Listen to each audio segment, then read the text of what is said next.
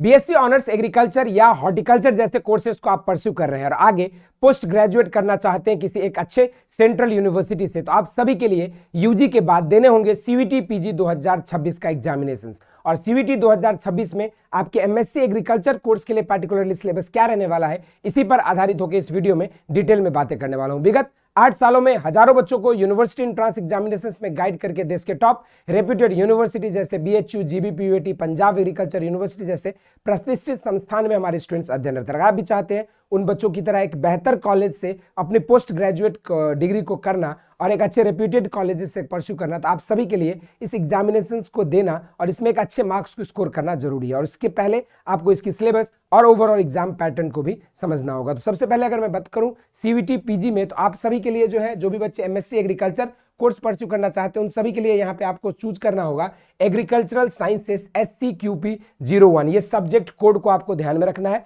और इसी subject code के सिलेक्शन के बाद इसी में जो आपकी मेरिट आएगी उसी के अकॉर्डिंग आपकी डिफरेंट यूनिवर्सिटीज की जो है काउंसलिंग और एडमिशन की प्रोसेस में आप पार्टिसिपेट कर पाओगे। इसके ओवरऑल एग्जामिनेशन की बात अगर करें तो टोटल जो है 75 क्वेश्चन पूछे जाते हैं।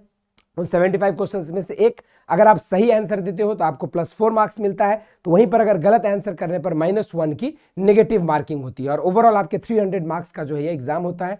अब इसके लिए जो है अगर हम बात करें तो यहाँ पे इसकी सिलेबस जो है पूरी जनरल जो बीएससी ऑनर्स एग्रीकल्चर की सिलेबस है उसी पर आधारित होकर जो है यहाँ पर आपके 10 अलग अलग यूनिट्स जो है यहाँ पे दिए गए। सबसे पहले आपको एग्रोनॉमी पूरे डिटेल में पढ़नी होगी, जो भी आप बीएससी ऑनर्स एग्रीकल्चर पढ़ते हो या अपनी यूजी कोर्सेज में जितने एग्रोनॉमी आपने पढ़ी उसको आपको डिटेल में यहाँ पे पढ़ना होगा। उसके बाद दूसरा जो यूनिट आपके लिए इंपॉर्टेंट है वो है जेनेटिक्स एंड प्लांट ब्रीडिंग। तीसरा यूनिट है आपके लिए soil science and agricultural chemistry. चौथा यूनिट है आपका प्लांट फिजियोलॉजी।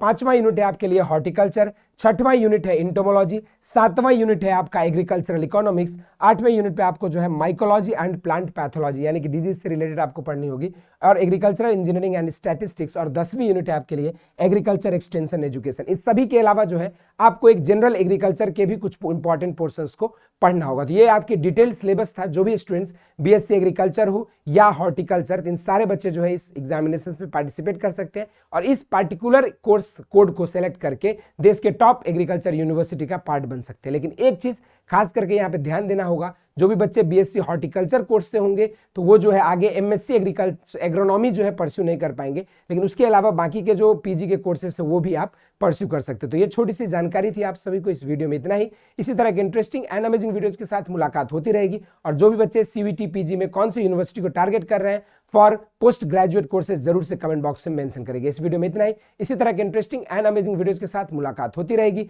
स्वस्थ रहें, मस्त रहें। धन्यवाद।